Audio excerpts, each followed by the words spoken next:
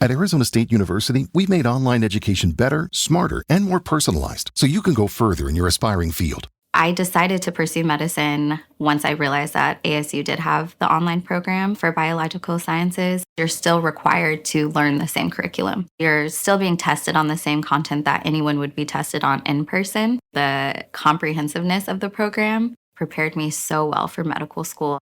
Explore over 350 plus programs at asuonline.asu.edu.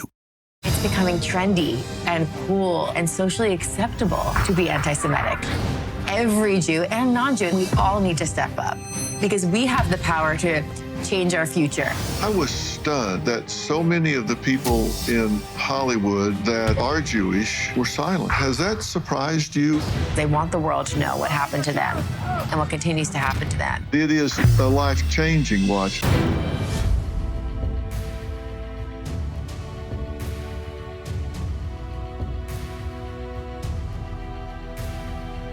Tonight, we've got someone who isn't just making music and entertainment, she's making a real impact.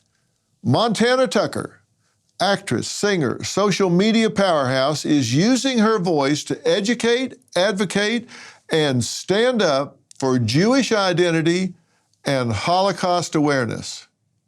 In the wake of October 7 and the Hamas attacks, she's been speaking out louder than ever, pushing for justice and change. This is someone who walks the walk. So stick around, because you're going to meet someone that moves with courage, someone that speaks out when others just simply do not. And you're going to want to hear what she has to say.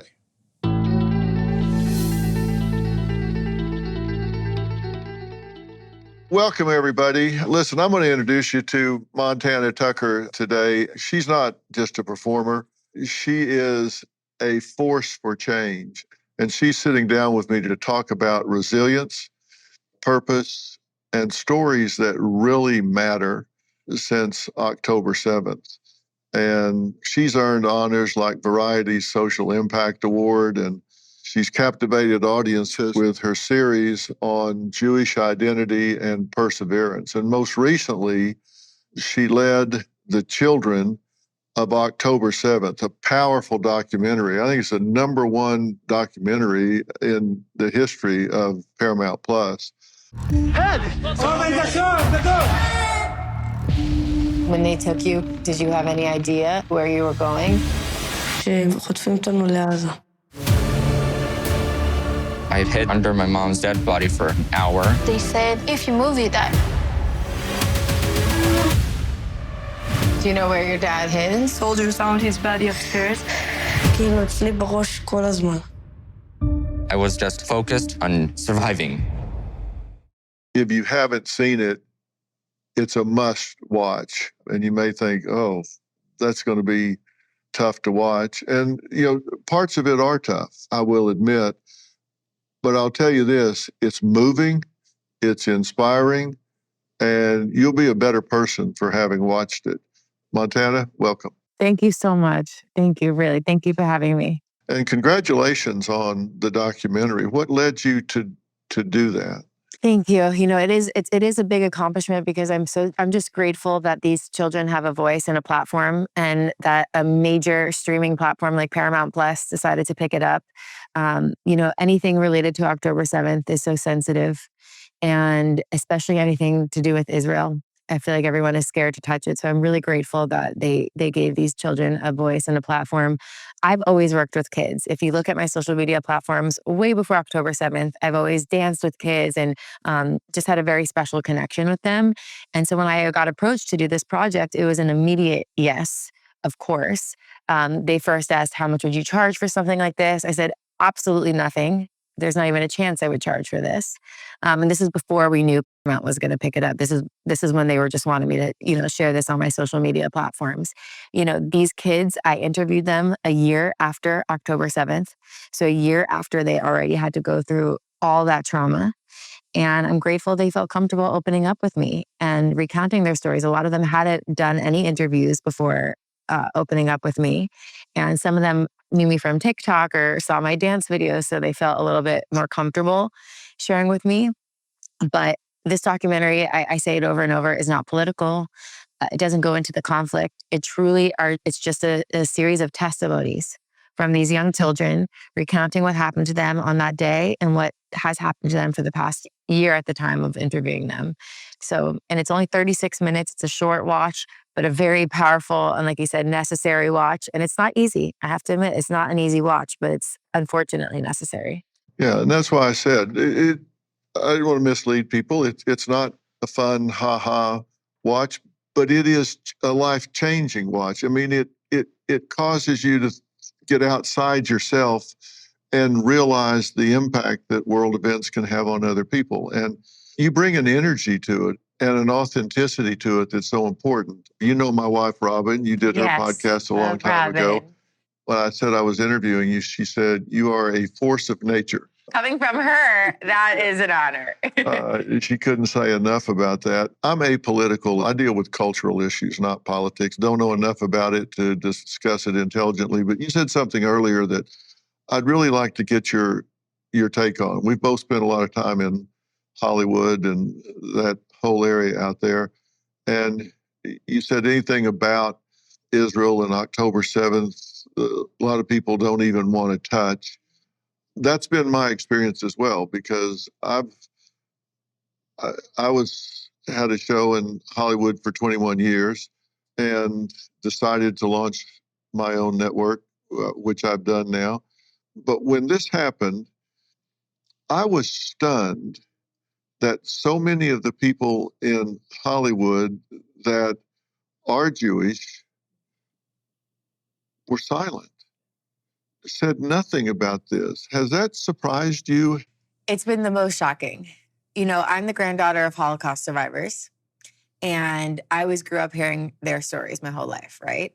And I grew up hearing stories of them saying they had friends that they were friends with their whole lives, that the second all the announcements came out about the Jews and everything that was going on with, you know, the Jews being the reason for all the problems in the world, that turned on them, right? You heard those stories. I heard those stories my whole life.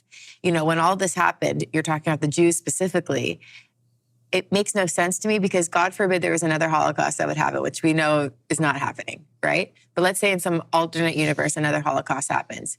Those Jews that are not proud to be Jewish or not declaring their Jewish identity or saying they don't stand for Israel, whatever it is, they would be on that list. They'd be on that list. It doesn't matter how famous you are, how successful you are, how rich you are. They would be at the top of the list. Exactly. So that makes no sense to me. You know, I've had so many people behind the scenes to me, and I don't know if you've had this happen to you as well, come up to me behind the scenes, and they're at even a way different level in their career as me, right? And they come up to me saying, "Thank you so much for everything you're doing," like quietly. And that makes no sense to me. That makes no sense to me. You know, now is the time that I feel like every Jew and non-Jew, and that's why we are so grateful for you and all of our allies, because this is the time we all need to step up, because we have the power to change our future.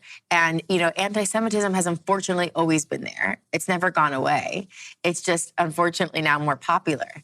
And especially with the younger generation, which I have such a big following with the younger generation, it's becoming trendy and cool and popular and socially acceptable to be anti-Semitic and just to be hateful towards any group of people, as you see now on these platforms. It's like promoted. Like the more negative and controversial you are, the more you're promoted, unfortunately, on these types of platforms. Why do you think it's taken that bent? Because, you know, one of the first things I did was speak out about what was happening on the Ivy League campuses. It went beyond anti-Semitism. It was pro-terrorist. Yeah. And you can dress it up however you want to, but it's pro-terrorist groups. Yeah. Hamas has killed at least 48 Americans since its formation in the early 1980s. And they have been holding American hostages. I think they just released the last alive American hostage just a few days ago. They still have 4, we think, dead American hostages. They haven't released their remains. And yet we have right here, you and I are in New York City right now, and not far from here, Columbia University, we have students that are, at first, it was a thin veil of pro-Palestinian. There's not even a veil now. It's pro-Hamas. Nope. And these are young people. I have my theories about why they're doing it. What do you think? You know, it's so interesting because I actually did a video with a man from Gaza. And he grew up in Gaza until he was, I believe, 16 or 17. And he left because of Hamas. And he lost several family members in this war, okay? And him and I did a video in Washington Square Park together. I do these videos a lot in public where I go out and try to have conversations and really try to come to an understanding with each other. He is so against what is going on these college campuses. And this is a man from Gaza with family members who died in this war. And he was getting into arguments with people who had no ties in the Middle East whatsoever. Not Israel, not Gaza, nowhere in the Middle East. And he was getting into arguments with people because they were telling him how he should feel about this war and how he should feel about Israel. And he is always going against what is going on the college campuses. So they're not, I mean, listen, I'm sure there are people who are genuinely, for the people, but I've been to UCLA right after the encampment started and the protests started, and I just tried to have conversations with people to see what they were doing there, what message they really wanted to portray. They wouldn't speak to me. They said I had to speak to a media liaison, said I'm an agitator. When I was just trying to have a conversation, they all had their masks on. None of them, I think, really knew what they were doing there, to be honest. And then when I went to the media liaison, wouldn't speak to me. Then they formed a human barricade on public property. Started with 2 people and wouldn't let me walk through because they knew I was Jewish or pro-Israel and I wasn't allowed to be there.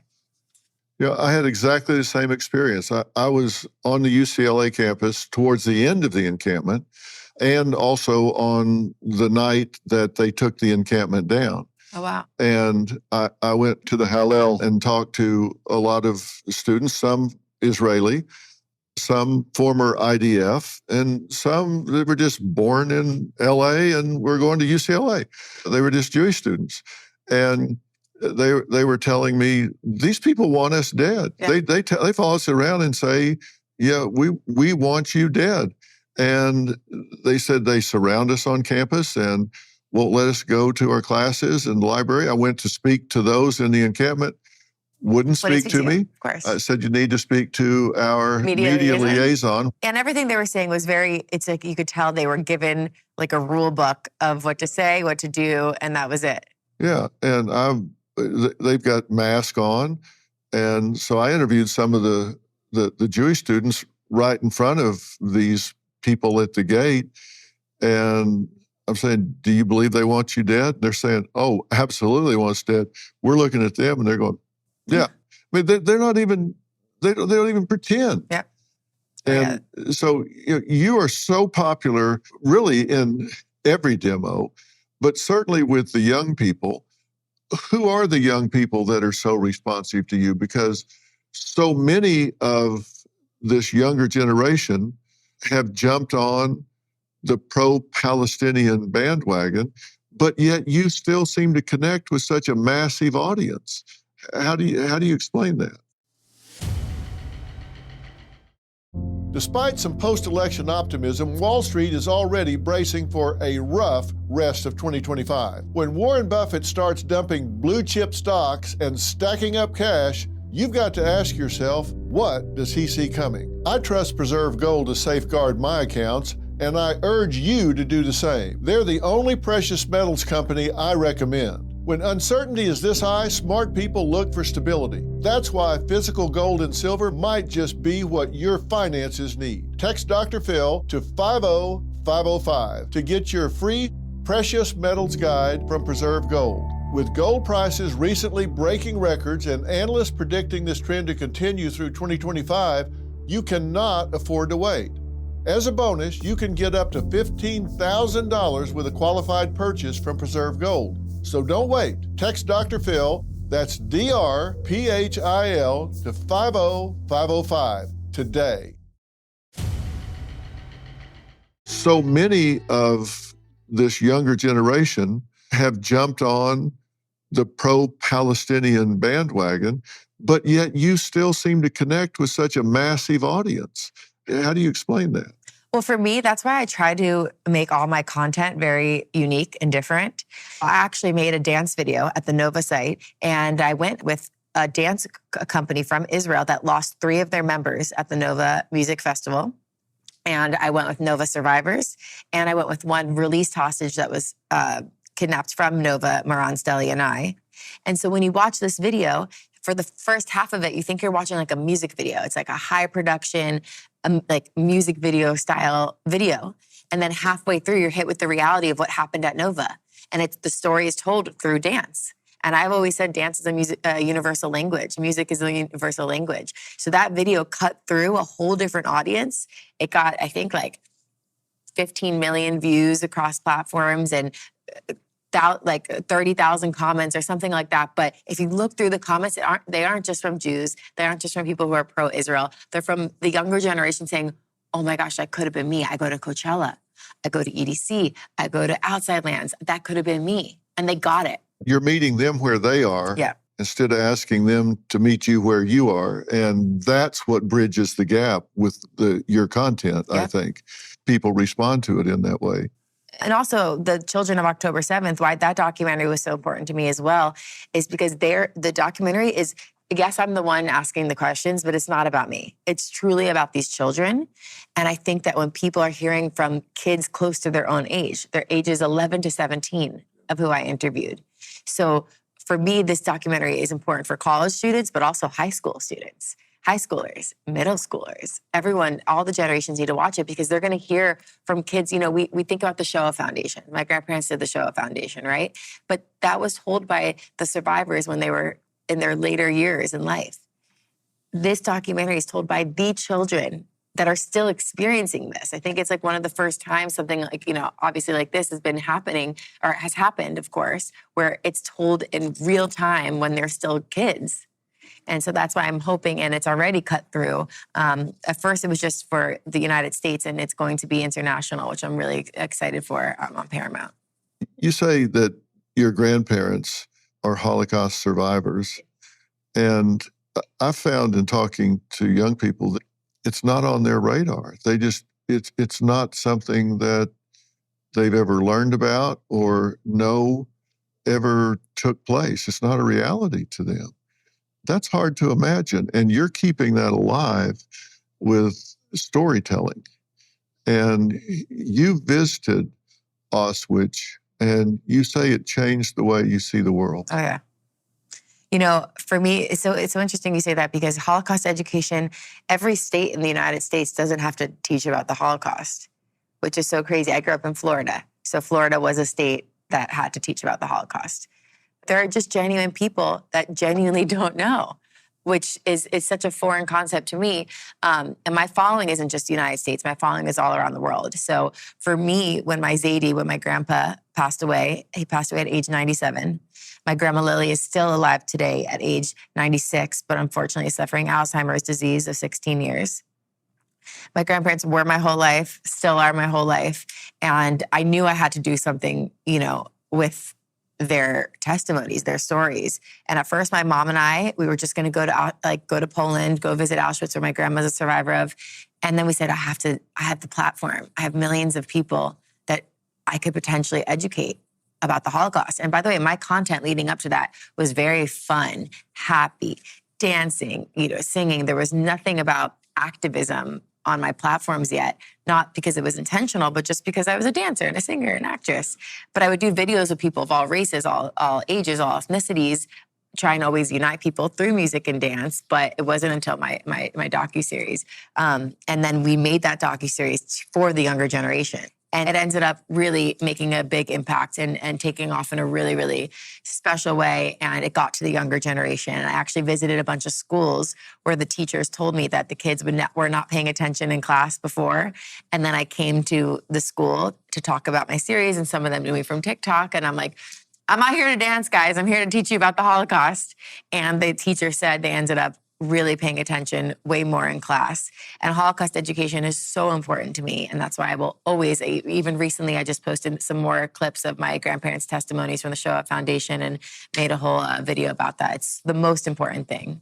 It is stunning to me when I learned that there are states where they don't teach about such a significant event in human history as the Holocaust. How can you teach history and not teach where 6 million human beings were exterminated? I just try to put myself in a position that people putting together a curriculum are sitting in a room and they say, okay, what are we going to include? And they come to that and go, nah. It's such a huge part of our history. Have you been to Auschwitz or Poland? I have not, and I absolutely intend to. And when people ask me about the most impactful books I've ever read, Viktor Frankl's Man's Search for Meaning, the first half of it, where he talks about his experiences there, had a huge impact on me. His storytelling about that led me to read other books and learn about it. And maybe that's why I had it's those early experiences all the way back to the 6th grade is maybe why I had such a strong reaction to October 7th and seeing what was happening on our college campuses, because there's just a complete absence of critical thinking.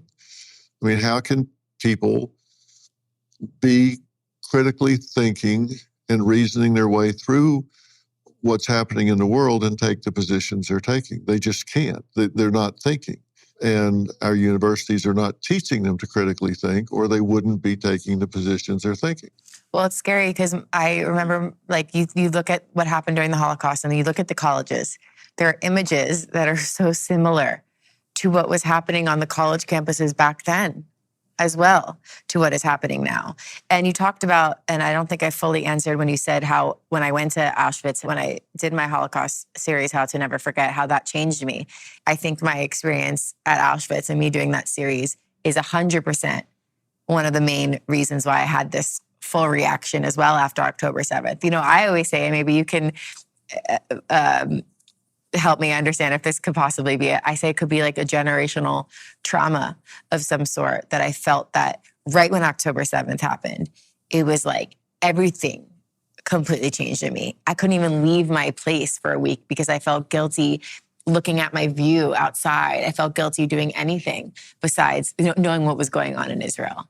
And I felt that, okay, if I have the millions of followers, this is even before like the crazy propaganda was coming out and all the craziness we started really seeing about the world. Like, you would think the world everyone would be with Israel of what happened. You would just think it would be a no-brainer of what happened and how everyone would see it. And I just knew I had to do everything that I could to continue sharing the truth, simply the truth, and speak for humanity. That's all. That's all I've done, and that's all I continue to do, is go and share real-life personal stories. I've met with all of the hostage families, released hostages, Nova survivors, kibbutzim survivors, the documentary, the children. Like, for me, it's important to just keep sharing these real personal stories. And I feel it's like my duty. Like, I feel like I absolutely have to. There's no other option for me.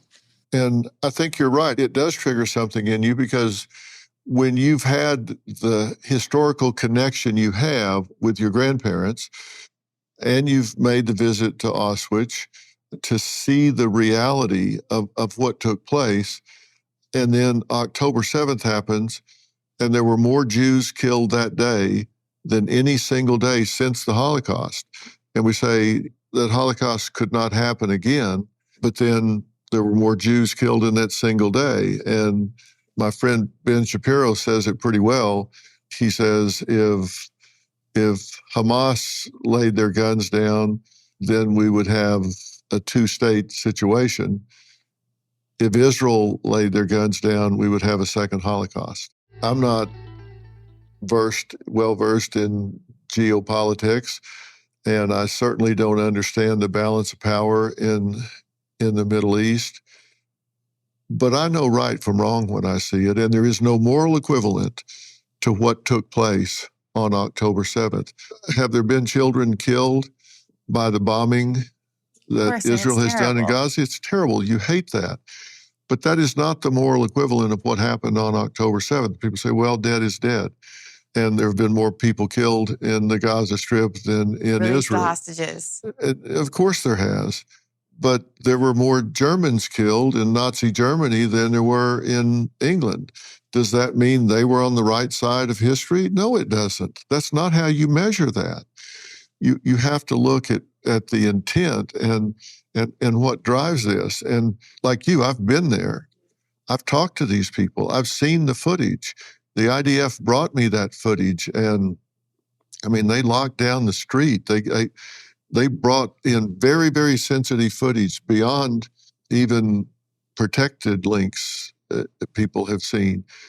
And It's like you just wish all these people, especially on the colleges, all these people that are doing these protests, you wish they would just watch it. you wish they would have to go into an auditorium and sit down and look and listen, because you can't watch that and say, oh, well, that was made up. No, Yeah. that wasn't made up. No. They wanted it to be And filmed. body they wanted it to be cams, seen. they were celebrating this. And then you have the footage from the cell phones taken from the dead bodies of the people that were massacred. From both sides, you can see what happened. And for them to say, oh, none of this happened, the babies weren't killed, elderly people weren't killed. No, that's absolutely a lie. Well, that's why I find it so interesting, because the Nazis tried to hide what they were doing, right? They purposely tried to hide what they were doing. But Hamas purposely wanted everyone to see what they were doing. You know, one of the young girls, Yael Idan, that I interviewed for my documentary, Hamas took her mother's cell phone and started a live stream on her mom's Facebook intentionally. In real time, they just murdered one of her daughters, the mother's daughters. Yael has witnessed one of her sisters get murdered right in front of her. And then they live streamed the whole thing. It's a very famous video of this poor family, terrified for their life, blood all over them. And they did it on the mom's Facebook for her friends, for her family, and the entire world to see in real time what they were doing. Moran Stelia and I, her kidnapping was on TikTok. Hamas posted it on TikTok. That's how her family found out that she was kidnapped, from a TikTok video. You know, they wanted this to be seen. That's why all the denial makes no sense to me, because it's not like during the Holocaust when it was like up for speculation of what they were doing there. Like, this is all live streamed. Yeah, people thought within a few months that sentiment would start to turn against Israel. It started to turn within 24 hours. I think that maybe is because they started pushing the line of oppressed and oppressor. Yes. And colonialism. And, you know, history just doesn't bear that out. That's just not the situation. And that's what I mean about the absence of critical thinking. When you hear people speaking so ignorantly, and when I say ignorant, I'm not saying stupid. Look up the definition of ignorance. It's the absence of factual information. When they speak ignorantly about this, what do you say to yourself? Because you know the facts. You've done the homework. You've seen with your own eyes and verified this. What do you say to yourself? So something for me, and I'll start off with social media specifically. I never respond to a negative comment. And I get them all the time, every day, death threats, all the negative comments in the world. I've never once responded to a negative comment. How I respond to those is I keep educating and I keep posting. Trust me, it drives me crazy, especially after all, like, I'll have a day in Israel where I've just experienced, like, you know, when I'm there, I don't really sleep because it's the work that I'm doing there. And I'm sure you can understand it's so tough and it's so draining, but it's necessary and you have to do it. And so I'll have like a long day of just meeting with these survivors, meeting with these families, crying with them, seeing the unimaginable. And then you have somebody comment something so ignorant or just mind-boggling. And you trust me, there's so many times I just want to respond and I want to say something and I want to say, how could you say this? I was just here. But I never respond to anything negative. I consider them to be like bullies in school. Like growing up, you know, my mom always said, you don't give in to the bullies. And for me, that's just how I have responded to to them on social media specifically. And when I do my talks, especially with the younger kids, when I speak to them, I always say, you do not respond, because that's what they want. They want a reaction. They're only commenting because they want a reaction, right? They're not doing it because they actually want to like change your mind on something. They really just want you to be upset or to be angry or to react. So I find the best way to react is by continuing to post and continuing to show my pride and continuing to share the facts. But trust me, inside it drives me crazy and it makes me so upset and so angry. You know, when I did my Holocaust series, I had people saying the Holocaust never happened. Of course, you're a Jew making this about yourself. Your grandparents should have died. We're not going to stop until you die. And now the comments I get are even a million times worse. But it makes me want to keep going even more, because if people are that ignorant and people have those types of feelings towards Jews, towards me, towards someone who's just standing for humanity, it shows why I have to do this even more and why I have to keep going. How do you deal with the hatred and the death threats and stuff? Yeah, I've been getting them for a long, long time. You're pretty young. And how do you deal with that personally? Well, I have a very strong, powerful Jewish mother who's in the other room here, who is very strict and protective. For me, it's weird. Like I get them every day. And unfortunately now when I do any of these events or anything, I have to have armed security with me. That's such a crazy concept to me that I have to have that. And it makes me uncomfortable that I have to have that. But it's a real thing, unfortunately. And I just would have never, if you would have asked me 5 years ago, 6 years ago, if I would be in this position, I would say, absolutely not. There's no way. But unfortunately, that's the reality that I'm in. And it's a really unfortunate one, because I wish I didn't have to do this. And I really, truly believe if anyone really sat down and took a dive into my content and took a dive into my real, true messaging, they would really, really, really see that I'm all about humanity, all about uniting everyone, bringing everyone together. There's no hatred towards any group of people. The only thing I've ever spoken negatively about is Hamas, or I speak negatively about terrorists, not about the people. And I really try to make that very clear. So anyone who is so against my stuff, it's really a shame, because I wish they would sit down and really look at what I stand for. But yeah, it's the reality that we're in, and I'm sure you've been dealing with this way longer than I have. And I wish we didn't have to deal with this. I really do. You focus a lot too on healing, particularly with these young people from October 7th, healing after the tragedy. What do you try to share with these young people? The children that I interviewed, there were so many times when I wanted to break down when I was interviewing them, because you're hearing them talk. I mean, Rotem Matias, he was 16 years old, and he witnessed Hamas murder both his parents right in front of him. His mother, being a protective mother, shielded him on top of him, and they murdered her right on top of him. And he hid under his mother's dead body for an hour, so Hamas would think that he was dead as well. And now he doesn't have parents. And you hear these stories, and I mean, they're all heartbreaking in their own individual ways. But then you see what they're doing to heal themselves. And Rotem specifically feels that he has a responsibility and a duty to his parents to live his life and to keep going. Because he said it would be such a shame if my mother did that for me, and if I don't continue going and continue living my life after she risked her life for me. And then you hear, Ellie Dawn, who I interviewed, her father was kidnapped on that day. And during the time of the interview, there was proof of life of him in captivity. So we, had a whole part talking about what she wants to say to her father, or how she's going to feel when he comes home, and all these things. And then we had to change the ending of the documentary, because 3 of the kids that I interviewed, their father's body, they were murdered in captivity, and their bodies were released in one of the last hostage deals. But they all have this will to keep going and to want, they're so young, the childhoods have been now stripped from them, but they have this true urge and will to want to keep going, and they want peace. They don't want They don't want a war. They don't want to fight. They don't want any negativity. They just want to keep going and make a better future for themselves. And that's why they did this documentary, because they want the world to know what happened to them and what continues to happen to them. And that we can make sure, we say never forget, never again about the Holocaust, but it applies now to October 7th as well. And we all have, these kids are the ones that have the power to change our future.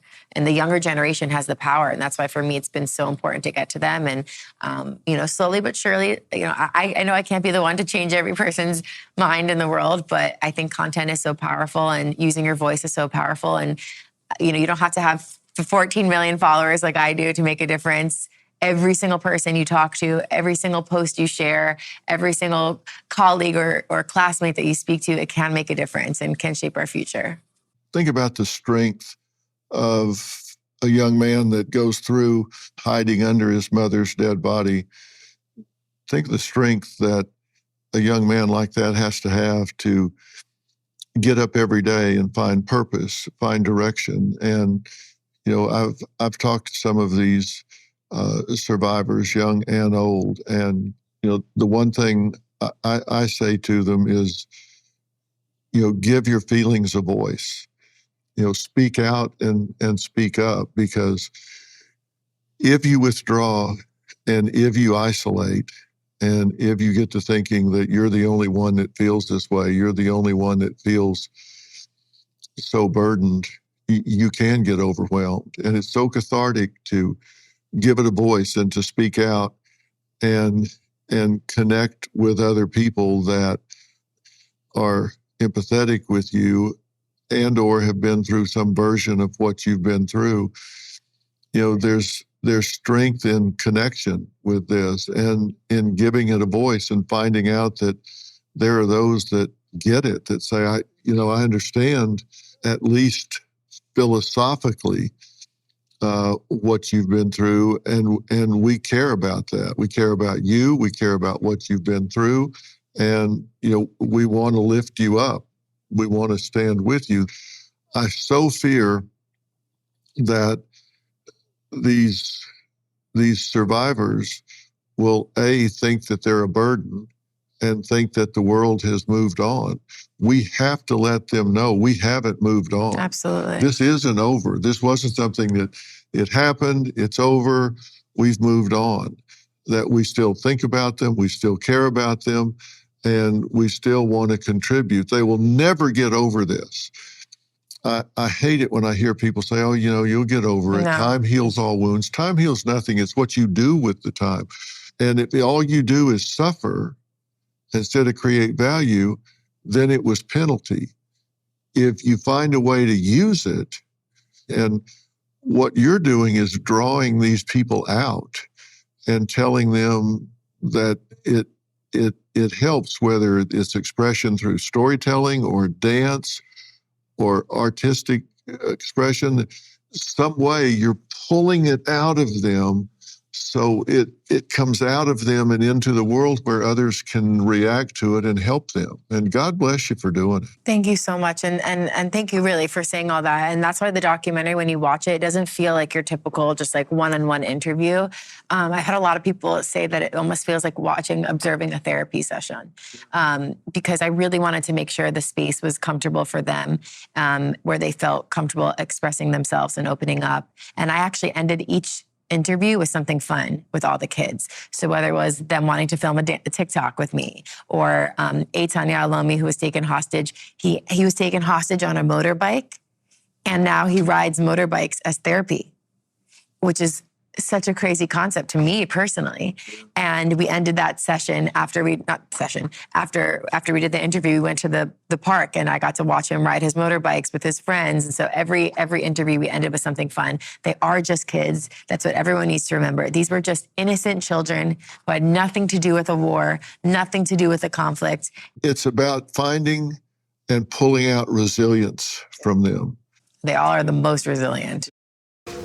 So as far as you know, your dad came up here. Oh my gosh, wow. You think that's like a bullet hole? I don't know. Or dad? They actually shot him while they were up? I know there's also a splash of blood over there. What does it make you feel seeing this? I hate seeing this, but it's like I'm trying to use it to process. There is resilience there, and they will find a way if they keep putting one foot in front of the other. Days turn into weeks, weeks turn into months, months turn into years. And through that, they will find tools, they will find methodologies, they will find ways to say, I can use this in my life. Not to ever say that it was worth it, but since you can't change the reality of what happened, you can change what you do with it. And that's what you're giving them is tools to express that. And the thing that I worry about with some of them is kind of the survivor's guilt, the conversation that they have with themselves that, why did I come through this when others didn't? I've heard that from a lot of not from these children specifically, but I've actually heard that from a lot of the released hostages that I've built relationships with. A lot of them say there's no chance they could heal until all the hostages are back. Like they say there's literally no chance. Some of them are healing in different ways, but actually two of the girls I just met, Emily Damari and Romy Gonen, they're just beyond incredible. But they literally say, like Romy doesn't even want to leave Israel until the hostages are home. She doesn't even feel comfortable leaving Israel at all. They all say they can't heal until they feel guilty that they were the ones that were chosen to be released, and that their friends are still there, or the other hostages are still there. So that is definitely happening for sure. I've talked to some of those in country that are in the IDF, and some of the first responders that had to collect the bodies and body parts, that have told me that they couldn't even look at their families. It's like, why am I here and these people have lost so much and the hostages are still suffering, and they feel so guilty and not worthy to be free and able to go home and see their families at night when these people are suffering so much. And they really have a hard time with it.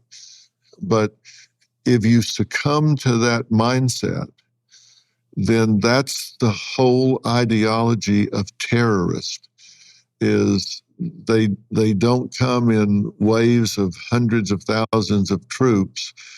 They strike, and their idea is to bring terror and disruption that spreads throughout the community, throughout the country, and disrupt everything. And if people succumb to that, then they win. And we have to help them fight that. We have to help them know that you can't succumb to that. That's why sharing the kids, my documentary, sharing their stories with the world, that's a way to help. Sharing any story or anything that you see online about a hostage, a released hostage, a survivor, anyone, or even going back to the Holocaust, sharing anything that you see to keep these stories alive, to make sure that people don't forget, to make sure people are bearing witness if they don't have the ability to physically go to Israel like we have to experience it ourselves, to bear witness in another way, because that's what we need to keep doing to make sure that these are not forgotten, that their voices are heard, and that we're platforming them as much as we can. Me and my sister, we were under my bed. The last sentence I told you was, "I love you." We hugged each other, and then she got up and helped my dad. They were like, "Open the door, we will shoot." And we didn't open the door.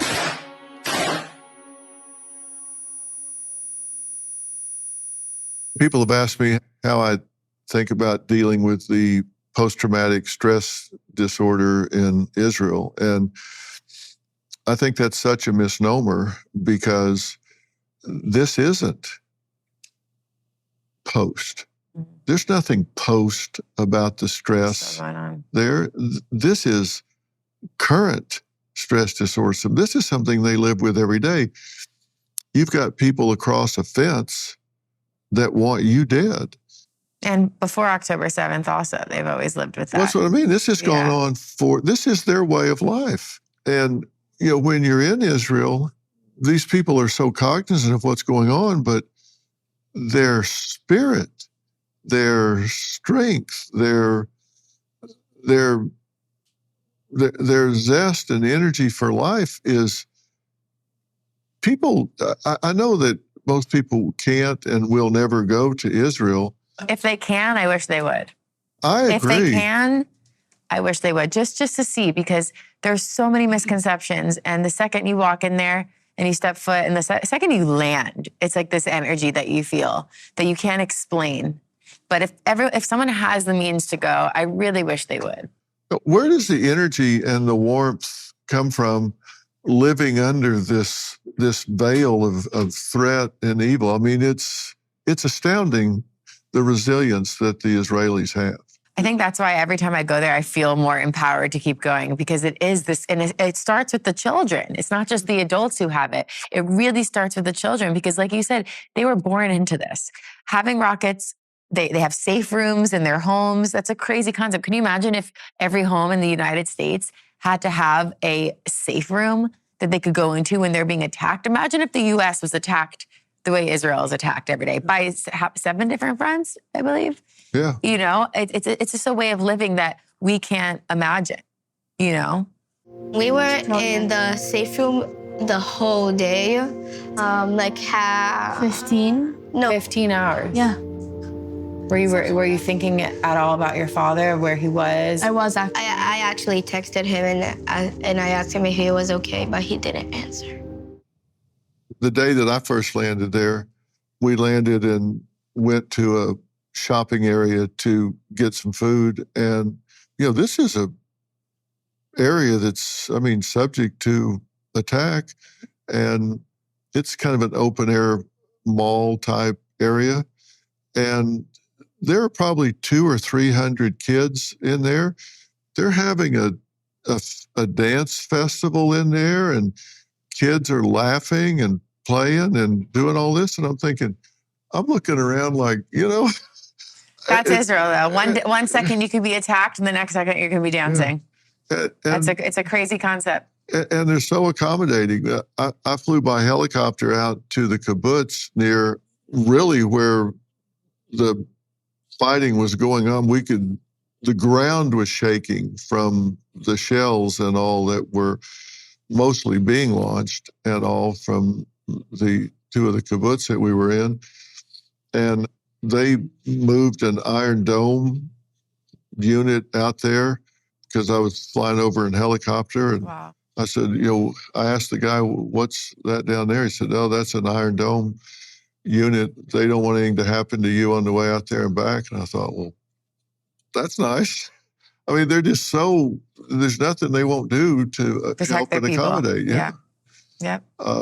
It's just it's a great country.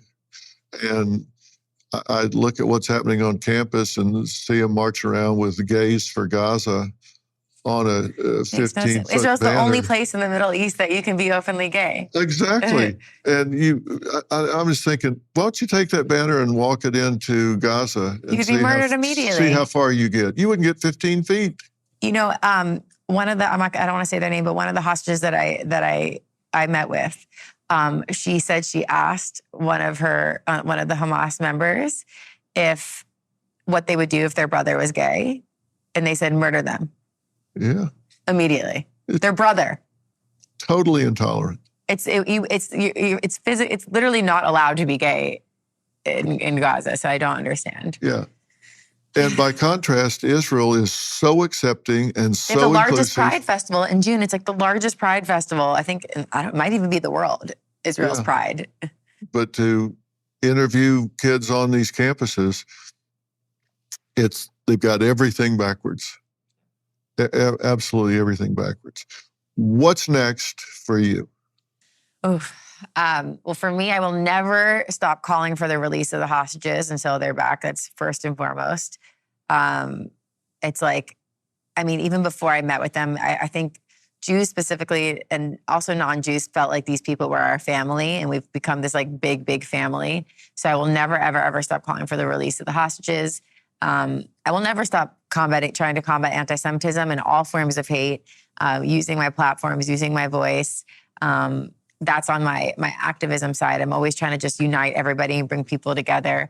On some other things, I have 2 movies that are coming out, which I'm very grateful for. I'm performing at the Maccabiah Games in Israel in July, which is really exciting. It's over 10,000 participants from around the world, and I think they have like 20,000, 30,000 spectators. So I'm performing a new song, and I'm really grateful for that. And again, I think I'm just getting started. You know, I think that I've done a lot of incredible things in my life that I'm grateful for, but I think all of that led me to this place that I'm in now, and to continue using my voice and fighting for what I truly believe in. And, you know, I don't like the word influencer. I think it's gotten all these different meanings, right? But people used to be like, oh, you're an influencer if you work on social media. But if you have the power to influence and you're not influencing of what you truly believe in, standing up for what you really believe in, what is the point for that? So I will always use any kind of influence I have to stand up for what I believe in, for what is right, for humanity. And I hope I continue to make a difference in this world.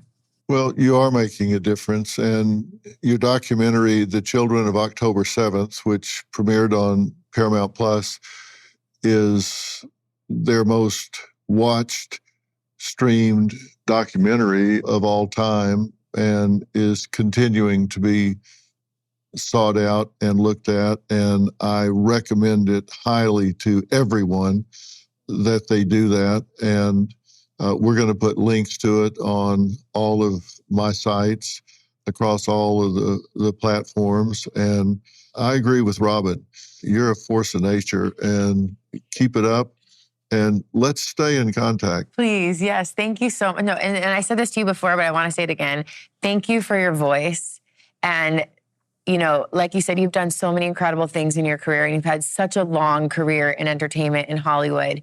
But what you are doing now by truly standing for humanity and giving these people a voice and a platform also is so important, and it is so appreciated by so many people. So thank you from me, from the bottom of my heart. The second I saw you started posting about this, I reached out to Robin immediately just to show how grateful I was. So I'm sure you're hearing it all the time, but I hope you don't stop hearing it, because thank you. You're amazing. Well, I do hear it, and I tell you what, I do it because it's the right thing to do. And Hamas doesn't care about Palestinian death.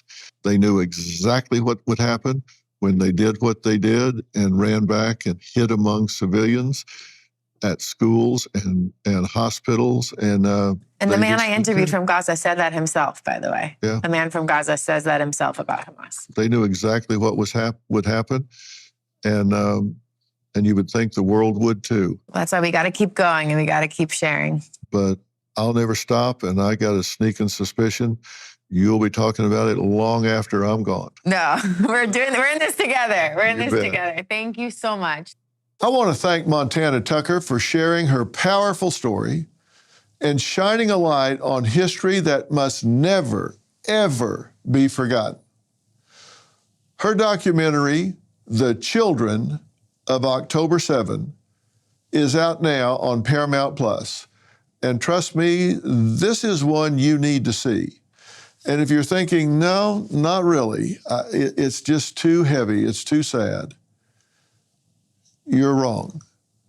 This is a lesson in inspiration. It's a lesson in courage.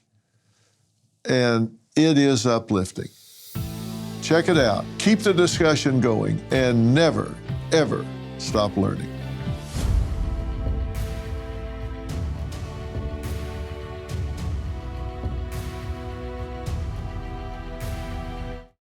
Hey, Dr. Phil here. My network, Merit TV, has it all. Now, let me blow your mind. Merit TV's got the news that matters. The selection of a new pope. Entertainment you crave. Busted. Everybody in a good mood today? And live events. Surprise. What am I, chopped liver? With serious punch. Big shot. Go to merittv.com and download the Merit TV app today.